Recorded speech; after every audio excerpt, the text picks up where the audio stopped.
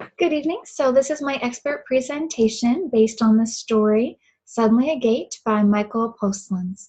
I am focusing on the Shuswap or the Secwepemc tribe. So in deciding which word to move forward with, I decided on Secwepemc as Shuswap is the non-native word, and I just thought it was more respectful to use the word that they would use to identify themselves.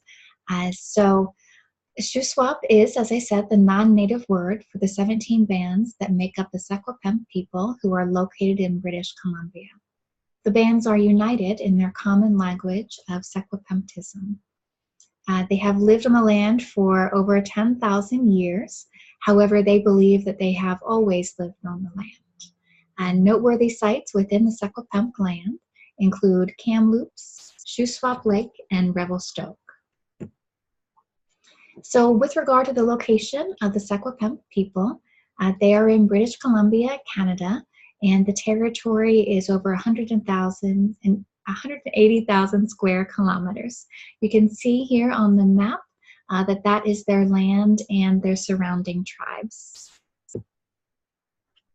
So with regard to the Secwepemc's relationship to the lands are vast and they are diverse. So they include alpine forests, grasslands, lakes, rivers, and river valleys.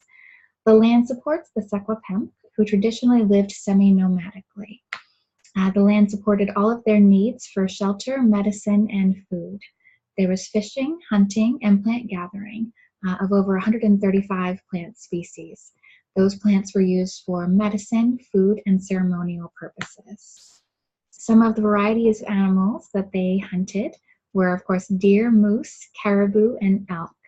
They're also dependent upon fisheries, specifically salmon. So their traditional culture, this is a picture of a pit house in the Secwepemc Heritage Park. They were semi-nomadic, and so during the winter, the Secwepemc people lived in pit houses. And then during the fall, spring, and summer, they traveled around their, again, vast and diverse territory for plants and animals. The pit house could hold up to 30 people and included a smoke hole in the top. So the pit houses were dug into the land and then topped with logs and then covered with dirt so that they were insulated from the cold. There are Secwepemc archaeological sites that date back 5,000 years. Prior to the smallpox outbreak of 1862, there were 7,000 to 9,000 Secwepemc people. As I noted, they're dependent upon fisheries and salmon. At least they were until the dams and the mills polluted the water and devastated the fish populations. The Secwepemc developed a way to store fish high in the trees and used technologies of harpoons and traps.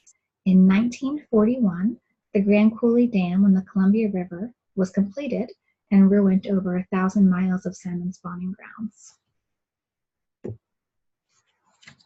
So with regard to their spiritual beliefs and their origin story, according to the story told by James Tit, the Old One sent Coyote to Earth.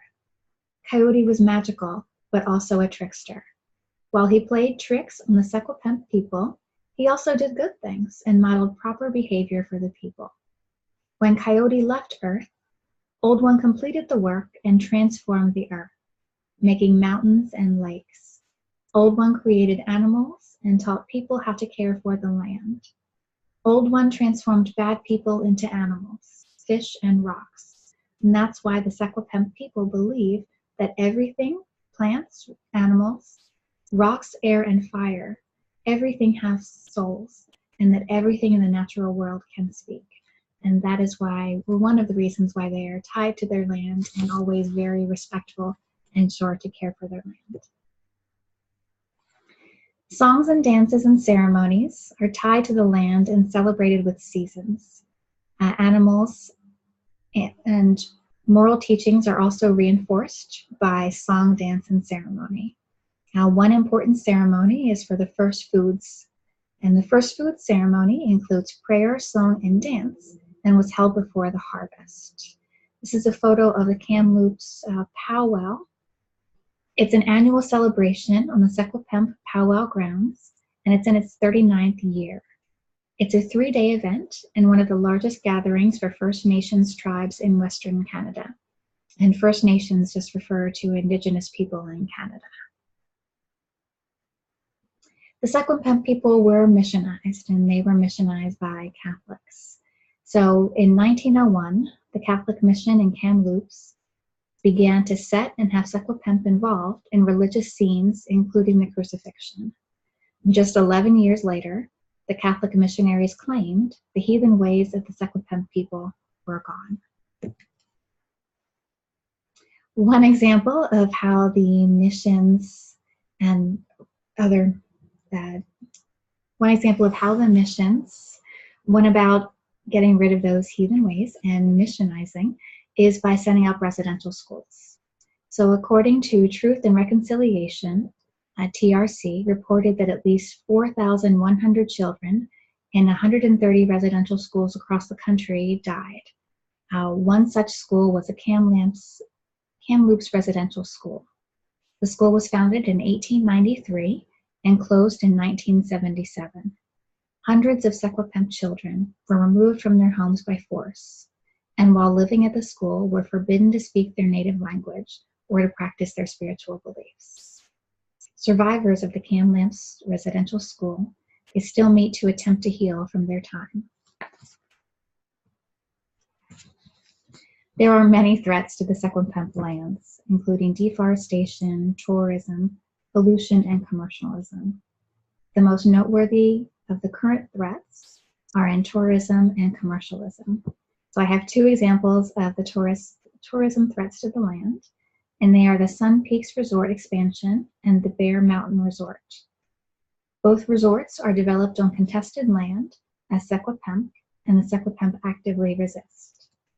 The expansion of the Sun Peaks Resort has been contested beginning in 2001, and another 500,000 acre expansion was announced in 2015. That expansion will make Sun Peaks the largest ski resort in Canada. From 2001 to 2015, there have been many protests by the Secwepemc and other First Nation peoples to protest the expansion. Many Secwepemc were arrested, and much of the planned expansion has proceeded. The development of Bear Mountain Resort in 2006 destroyed a cave held sacred by the Secwepemc. The Bear Mountain Resort is 1,200 acres of contested land. The Trans Mountain Expansion Pipeline, which you can see here on the map, will take oil from Alberta to British Columbia. It's owned by Kinder Morgan. That's another example of commercialism destroying the Secwepemc land. In 2017, the Tiny House Warriors, Secwepemc people, were established, and in 2018 built solarized tiny houses on their land as an effort to reclaim an ancestral village that would also block the path of the pipeline. The tiny house village was forcibly removed on July 14, 2018, and access to the ancestral village was blocked by a gate to prevent Secwepemc people access to their own land. The pipeline will carry the oil, and it will triple the volume of oil, or is anticipated to triple the volume of oil. The Canadian government approved the expansion in 2016. The pipeline will be more than 700 miles long and is expected to cause further harm to the already endangered population of orcas, expected to cause oil spills, as well as increase greenhouse gas emissions. The story of Suddenly a Gate is by Michael Postlance. So Michael Postlance was born in 1941, and he is a journalist, researcher, author, and activist in Canada. He's the author of several books, including Voices from the Odiak, Constitutional Development and the Protection of Aboriginal Rights, and he also co-authored The Fourth World, An Indian Reality with George Manuel. George Manuel was the once president of Union British Columbia Chiefs in 1979. Postlance became interested in social justice while a student at Carleton University.